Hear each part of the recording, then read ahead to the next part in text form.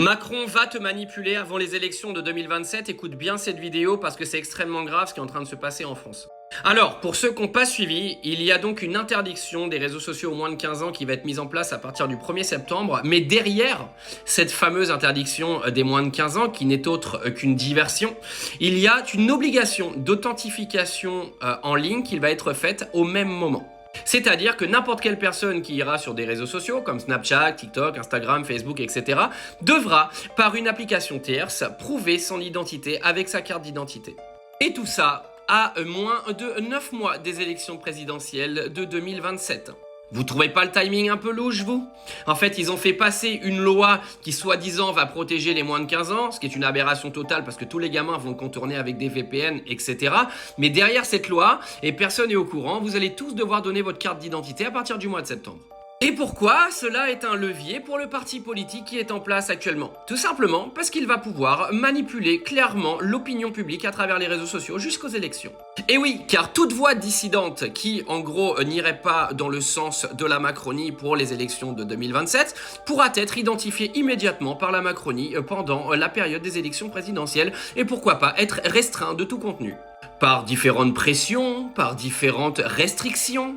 Et oui mon gars, tu pourras plus en gros parler librement sans être identifié.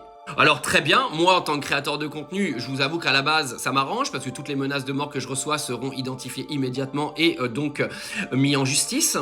Par contre, quand il s'agit de manipulation d'élections présidentielles, les amis, sachez que les réseaux sociaux aujourd'hui c'est la plus grosse arme. Avoir un contrôle des réseaux te permet de pouvoir manipuler l'opinion publique et de pouvoir retourner des votes en ta faveur très facilement.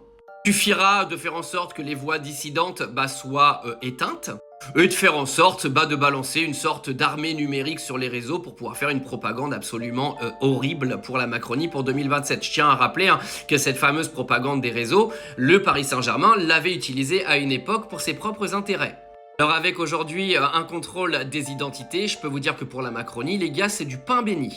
Donc là, il y a un double effet liberticide qui va être mis en place. C'est-à-dire déjà une manipulation de l'information pour les moins de 15 ans, parce que les empêcher aujourd'hui de se renseigner via les réseaux sociaux, c'est en gros liberticide.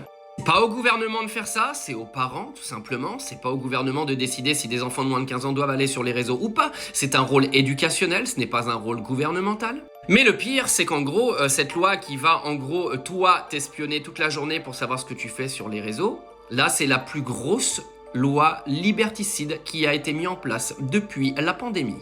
Ta liberté d'expression, mon gars, tu peux l'oublier. Ton anonymat, tu peux l'oublier.